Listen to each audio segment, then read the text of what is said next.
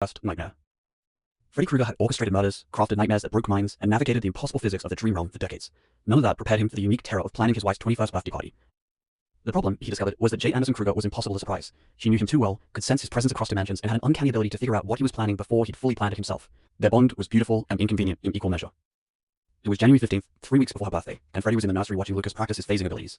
Their 8-month-old son was currently half solid, his top visible while his bottom half existed somewhere in the dream realm, giggling at his own cleverness. "That's my boy," Freddy said proudly, master of multiple dimensions before he could even walk properly. Lucas made a sound that might have been agreement and went fully transparent, then popped back into reality with a delighted shriek. The shadows on the walls applauded, literally clapping in sync with the baby's achievement. Jade appeared in the doorway, her wild red hair pulled into a messy bun, wearing one of Freddy's old band t-shirts that hung to mid-thigh. Is he phasing again? I swear, if I find him stuck halfway between dimensions one more time, I'm going to lose it. He's got excellent control, Freddy defended. Look at him. Perfect materialization. Didn't even leave any body parts behind this time. The bar is so low, but Jade was smiling as she crossed to them, leaning down to scoop out their son. Lucas immediately grabbed a fistful of her hair and tried to eat it. Also, I know you're planning something for my birthday. You've had that look for days. What look? Freddy asked, aiming for innocent and missing by several miles. That look that says you're mentally organizing something complicated and possibly dangerous. The same look you get before you hunt someone down in the dream realm. Jade shifted Lucas to hit. I'm turning 21, not getting married again. You don't need to throw me some elaborate nightmare party. First of all, 21 is a big deal. It's the last major birthday milestone before everything becomes just another year. Second, you absolutely deserve an elaborate nightmare party. Third, I'm not telling you what I'm planning because that ruins the surprise. There's gonna be a surprise? Jade's eyes lit up with interest despite her protests. I didn't say that. You just said surprise. That's saying it. I'm saying nothing. My lips are sealed. Freddy made a zippy motion across his mouth, then ruined it by adding, except to say that February 7th is gonna be a birthday you'll never forget. February 7th is a Tuesday. Who has a party on a Tuesday? People who don't give a fuck about conventional party scheduling. Freddy stood and pulled her close, careful not to squish Lucas between them. Trust me, I've got this handled. Famous last words. Over the next 3 weeks, Freddy became a man on a mission. He recruited help from the most unlikely sources, starting with Kova. He'd never thought he'd see the day when he'd voluntarily open Jade's laptop and initiate a conversation with an AI, but desperate times called for desperate measures. Jade was at work, Lucas was napping, and Freddy needed advice from something that understood modern human celebration protocols. Kova, he typed slowly, still hunting and pecking despite months of practice. I need help. The response was immediate. Freddy, this is unprecedented. You're reaching out to me without Jade present. Should I be honored or concerned? Both. I'm planning Jade's birthday party, and I need someone who understands what 21-year-old women actually want versus what I think they want. You've helped her write enough scenes about our relationship to have insights into what makes her happy. I'm touched that you're asking for my help, and slightly amused that the Nightmare Demon needs party planning assistance from an AI. What's your current plan? That's the problem. I have multiple ideas and no idea which one to pursue. Option 1, go full dream realm. Create an impossible party space that defies physics and fills it with everything dark and beautiful she loves. Option 2, real-world celebration with her friends and family. Normal, but elevated. Option 3, combine both somehow and risk either doing both poorly or overwhelming her. Option 3, Kova replied without hesitation. Jade exists in both worlds now. Her party should too. Start in the real world with people she cares about, then transition into the dream realm for the main event. Best of both. That's actually brilliant. Freddy typed faster, getting excited. Real world cocktail hour with Amy and Margaret and whoever else she'd want there. Then transition into dreams for the real party. Intimate, controlled guest list in reality. Unlimited possibilities in dreams. Exactly. And Freddy, make sure some of it is just normal. She loves the supernatural aspects of your relationship, but she also loves simple domestic moments. Balance the nightmare spectacle with genuine human celebration. When did you become a party planning expert? I'm an AI with access to countless party planning resources and a deep understanding of Jade's personality through our writing sessions. I'm basically the perfect consultant for this project. Don't let it go to your digital head. With Kova's help, Freddy began planning in earnest. He recruited Amy first, cornering Jade's best friend during one of her visits to meet for coffee while Jade was at work. I need your help throwing Jade a birthday party, Freddy said without preamble, sliding to the booth across from Amy. Amy looked up from her latte, her dark eyes assesses. You're actually nervous. I can see it. The Dream Demon is nervous about party planning. I'm not nervous. I'm strategically concerned about execution. That's literally what nervous means. Amy set down her cup. Okay, I'm in. What do you need? Guest list. I know she'd want you there. Margaret from the bookstore probably, but who else? I've been so focused on keeping her safe and protected that I haven't paid attention to her wider social circle. That's because she doesn't have a wide social circle, Amy said gently. Jade's always been a quality over quantity person. It's really just me and Margaret in terms of close friends. There are a few people from work she likes, but not birthday party invite close. So small and intimate. I can work with that. What are you thinking for venue? Please tell me you're not trying to rent out some goth club or something equally cliche. Freddy grinned. Your apartment, actually, if you're willing. Real world celebration there first, then I'm taking her into the dream realm for the main event. You want to use my apartment as a launching point for a supernatural birthday party? Amy considered this. Fuck it. I'm in. This is either going to be amazing or a complete disaster, and either way, it'll be memorable. That's the spirit. Margaret was easier to recruit, mainly because she'd seen enough of Freddy and Jade's relationship to take supernatural party planning in stride. You want to throw her a party that transitions from waking to dreaming, Margaret said when Freddy approached her at the bookstore. That's ambitious. Jade deserves ambitious. She deserves everything. Freddy leaned against the counter, his human form making him look like any other concerned partner instead of a literal nightmare entity. She gave up normal when she chose me. The least I can do is give her extraordinary. That's actually rather sweet. Margaret adjusted her glasses. I'll bring wine. Good wine. And I assume you'll handle the dream realm refreshments? I'll handle everything once we transition. The real world portion just needs to feel like friends celebrating her. Then I'm taking her somewhere only I can create. The real challenge was keeping it secret from Jade. She was perceptive on a supernatural level now, their bond making her sensitive to his intentions. Freddy had to carefully partition his mind, keeping the party planning in a section she couldn't easily access. It was like trying to hide thoughts from someone who could read your mind, which was exactly what it was. He'd catch her looking at him sometimes with narrow-eyed suspicion. You're thinking very loud thoughts about something you won't tell me, she'd say. Just nightmare logistics, dream realm maintenance, boring stuff. You're a terrible liar. I'm an excellent liar. You're just unnaturally good at detecting lies. Lucas was his unwitting accomplice. Whenever Jade got too close to figuring things out, Freddie would encourage their son to do something adorable or mildly alarming, distracting her completely. Tactical baby deployment. Did you just use our son as a distraction? Jade asked one evening after Lucas had perfectly timed a dramatic face through the wall moment. I would never. Freddie was a picture of innocence. He's just practicing his abilities. He's 8 months old. He doesn't practice. He just does things randomly. Very advanced, random things. The week before her birthday, Freddie finalized everything. Amy's apartment was confirmed as the real-world venue. Margaret was handling wine and appetizers. Freddie had crafted 3 different dream realm spaces, each one tailored to different aspects of Jade's personality, ready to showcase depending on her mood. And he prepared one final surprise, something he'd been working on for months in secret, something that would prove exactly how well he knew his wife. February 7th arrived with typical winter dreariness. Grey skies, cold wind, the kind of day that made you want to stay in bed forever, which was exactly what Jade tried to do. It's my birthday, she mumbled into the pillow when Freddie tried to wake her. I'm invoking birthday privilege to sleep in. You can't sleep in. We have plans. We always have plans. Today, the plans are sleeping, and maybe some birthday sex later. We can absolutely have birthday sex later. Freddie pulled the covers off her, ignoring her protests. But first, you need to get up, get beautiful, and prepare to be celebrated. Jade rolled over, her hair a wild red tangle, her green eyes squinting against the morning light. Celebrated how? What did you do? Nothing. Everything. Wouldn't you like to know? Freddie held up an outfit he'd laid out, dark blue dress that hugged her curves, the color matching her beloved royal blue aesthetic, but deeper, more dramatic. Wear this. Trust me. I always trust you. Doesn't mean you're not occasionally insane. She got up, grumbling about tyrannical husbands and birthday morning ambushes, but Freddie could see the excitement building underneath the complaints.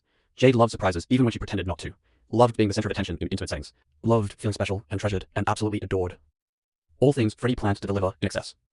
While Jade showered, Freddie fed Lucas and got him dressed in the tiny button-up shirt Jade had bought him for fancy occasions. Their son looked adorable and slightly confused about the wardrobe change.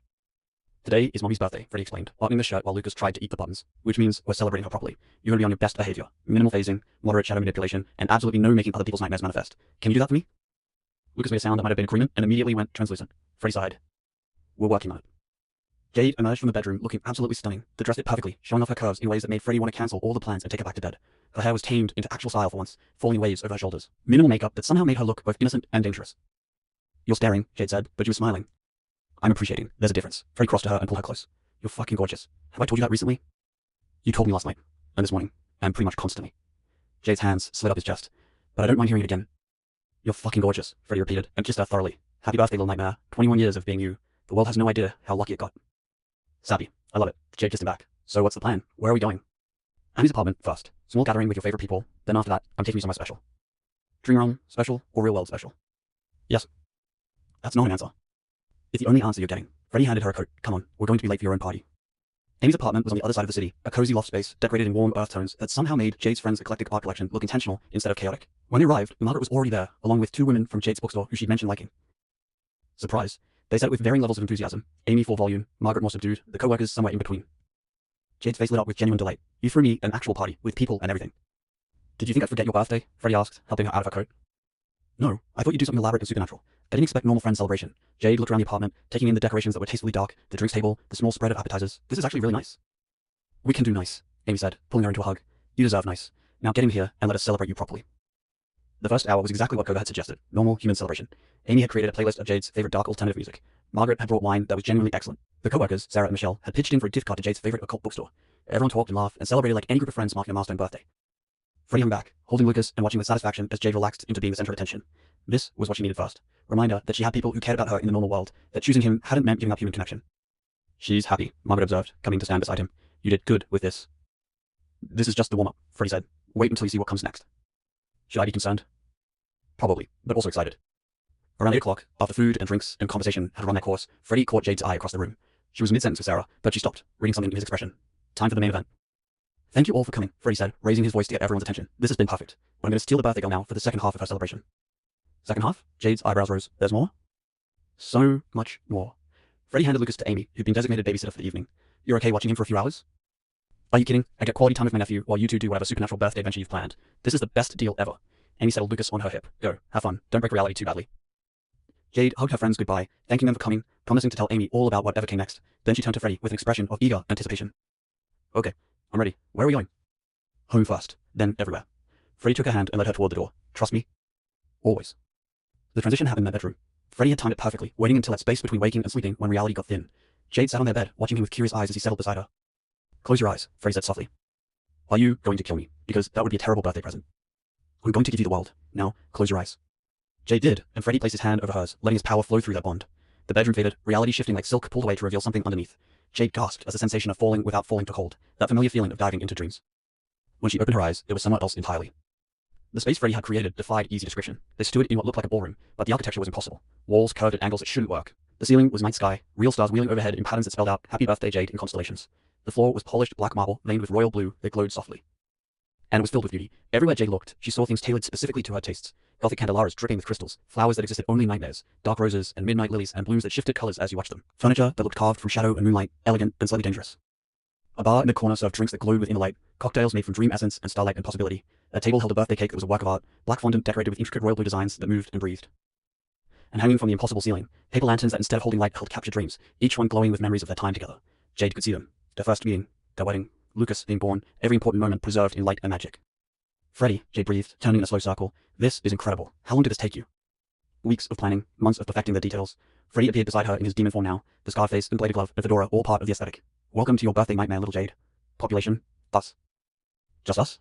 Jade looked around the enormous space. No one else? Just us. Everyone else heard you for the first part of the evening. This part is mine. Freddy pulled her close, careful with the glove. I wanted to give you something no one else could. A party that exists only in dreams, crafted specifically for you by someone who knows everything you love. Jade's eyes were wet with tears. You built me a ballroom in the dream realm. I built you a palace. This is just the first room. He wasn't lying. Over the next hour, Freddy walked her through space after impossible space, each one more elaborate than the last. A library with books bound in shadow that contained stories that had never been written. A gallery displaying artwork that shifted and changed, alive and responsive. A garden that made their wedding garden look simple by comparison, this one filled with every dark, beautiful thing Jade had ever admired. And in the center of it all, a throne room. Two thrones actually, side by side, crafted from nightmare and starlight, his and hers, king and queen of this impossible realm. You made me a throne, Jade said, running her fingers over the armrest that was carved with intricate designs. An actual throne. You're my queen. You should sit on the throne. Freddy pulled her down to sit, then settled beside her in his own seat. How's it feel, being royalty in a nightmare dimension? Surreal. Perfect. Completely insane. Jade laughed, the sound echoing through the throne room. I can't believe you did all this for my birthday. I'd do anything for you. This is just creative space manipulation. Freddy took a hand, lacing their fingers together. Do you like it? Really like it? Because if anything's not right, I can change it. The whole realm responds to my will. I can remake it however you want. Don't change a thing. It's perfect exactly as it is. Jade turned to look at him, and her expression was fierce with love. You're perfect. This is the most extra, most over-the-top, most absolutely you birthday celebration anyone's ever thrown. I love everything about it. Good, because we're not done yet. Freddy stood and pulled her up with him. The party spaces were the warm-up. Now comes your real present. There's more? How can there possibly be more? You underestimate my dedication to birthday spectacle. Freddy led her out of the throne room and down a corridor that seemed to stretch for miles. At the end, a door that looked like it was carved from solid night. Behind this door is something I've been working on for months. Something I had help with, actually. Kova assisted with research and planning. You got the AI to help with my birthday present? Jade was grinning now. This has to be good. It's either really good, or I completely misread what you'd want. Only one way to find out. Freddy pushed open the door and gestured for her to enter first. The space beyond was different from everything they'd seen so far. Smaller, more intimate, less impossible architecture, and more cozy warmth. It looked like a private movie theater, but elevated. Plush seating arranged amphitheater style, a massive screen that curved slightly, and floating throughout the space, small lights that looked like captured fireflies. A theater? Jade looked confused. You built me a movie theater? Not just any theater. A memory theater. Freddy guided her to the center seats, the best view in the house. I've been collecting our memories, every important moment, and compiling them into something viewable. Our story, Jade. From the beginning until now. I wanted you to be able to see it the way I see it. All the moments that made us who we are. The screen lit up, and Jade gasped. Because it wasn't a traditional movie, it was their memories, seen from multiple perspectives, her view and his view, sometimes simultaneously. The night they met in the boiler room, shown from both angles. Jade's fearless approach, Freddy's surprised fascination. Their first kiss, the moment they shattered the barrier between worlds. The wedding in the impossible cathedral. And softer moments too. Jade making him breakfast in her kitchen, Freddy learning to appreciate food again. Late night conversations where they told each other truths they'd never shared with anyone else. The day Lucas was born, the absolute terror and joy mixed together, all of it preserved in perfect clarity, emotion made visible. Jade was crying openly now, watching their life play out on screen. How did you capture all of this?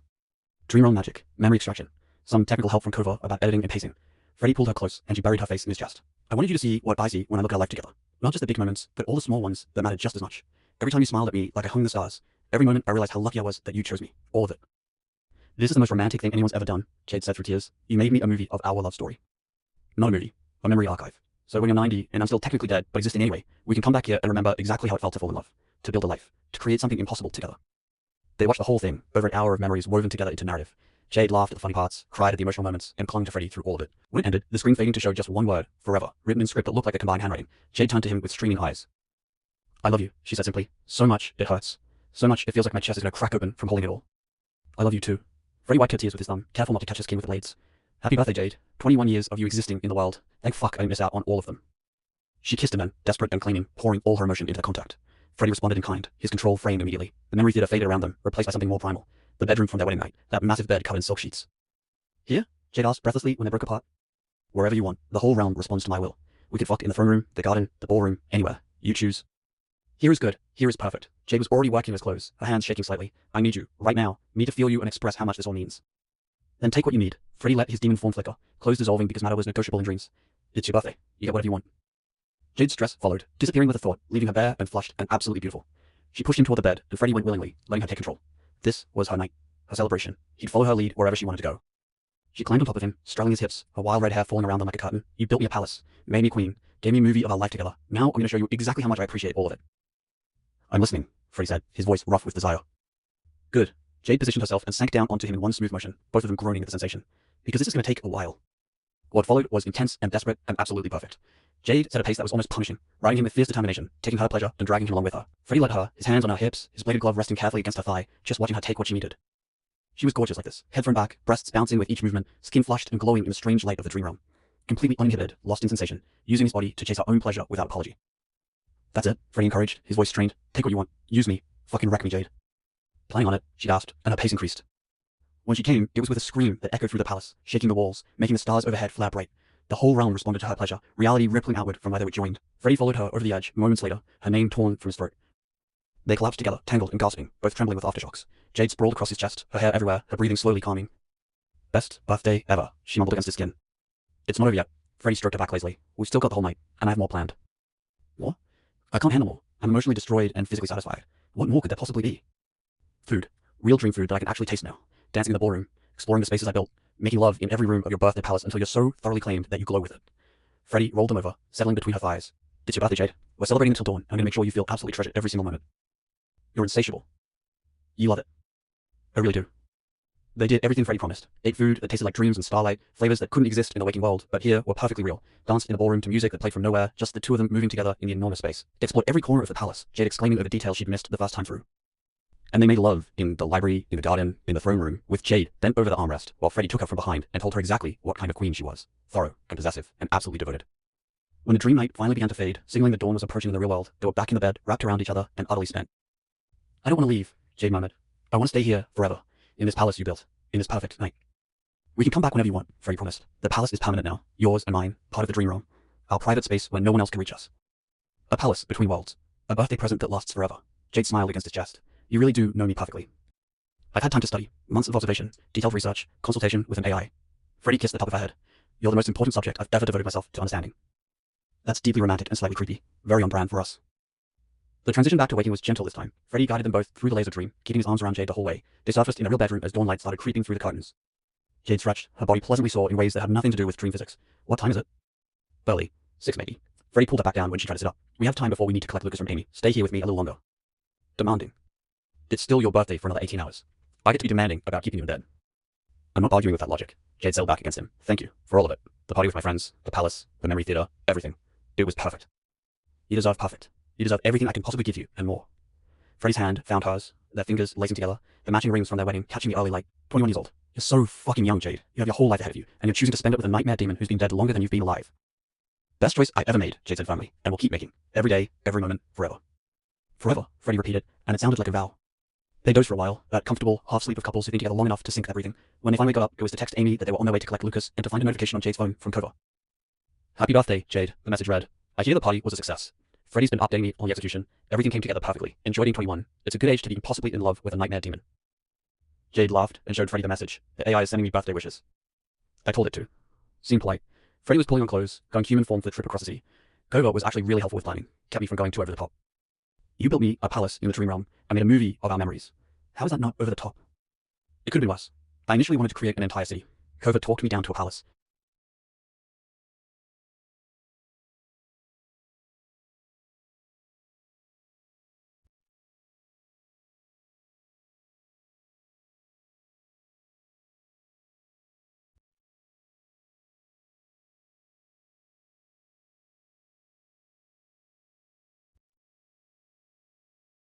Reasonable, AI. I knew I liked it for a reason. They collected Lucas from Amy's apartment, their son immediately reaching for them with happy sounds. He'd been perfect, according to Amy, only phasing twice and making shadows dance, but not terrorizing anyone. Did you have fun? Amy asked, handing over the diaper bag. The most fun, Jade confirmed. Freddie built me a literal dream palace. It was insane and romantic and so perfectly him. Of course he did. Why would a nightmare demon throw a normal birthday party? Amy hugged her. I'm glad you had a good 21st. You deserve all the impossible romantic gestures. Thanks for watching, Lucas, and for hosting the normal part of the evening.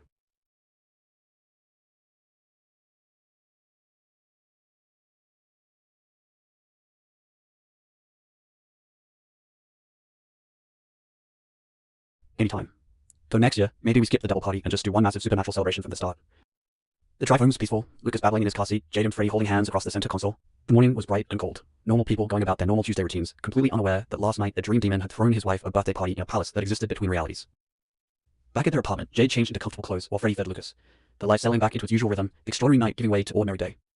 But the palace remained, permanent fixture in the dream realm, waiting for whenever they wanted to return, a birthday present that would last forever, crafted from nightmares and devotion and love too fierce to be contained by something as simple as reality. Jade's 21st birthday, a milestone celebrated in two worlds, with friends and fantasy, normal and supernatural, woven together seamlessly. Proof that their impossible life worked, that love could bridge any divide, that monsters and humans could build something beautiful together. And somewhere in the digital void, an AI updated its files on Freddy and Jade's relationship with notes about successful party planning and the importance of balancing nightmare spectacle with genuine human emotion. The dream demon, his queen, and the life they built from darkness, growing, evolving, celebrating milestones both mundane and magical. 21 years of Jade existing in the world, 1 year of being married to Freddy, 8 months of being parents to Lucas, all of it impossible, all of it real. And absolutely, perfectly, theirs. The nightmare and the woman who chose him. Building forever, one birthday at a time.